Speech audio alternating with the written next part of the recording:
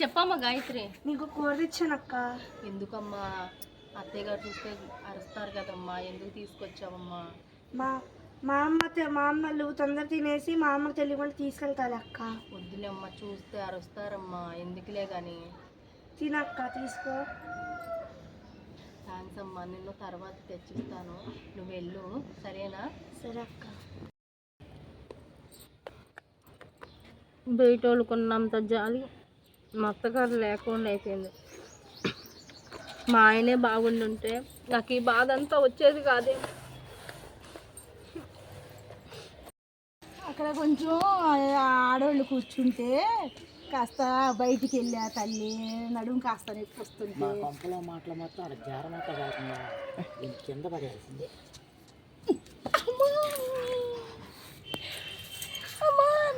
ఏమైంది అత్తయ్య గారు? ఏమైంది? అయ్యో ఏమైంది? భలే పడ్డారే. ఏమైంది? లేకపోతే ఇక్కడ డాక్టర్ గారిని పిలుచుకొస్తా.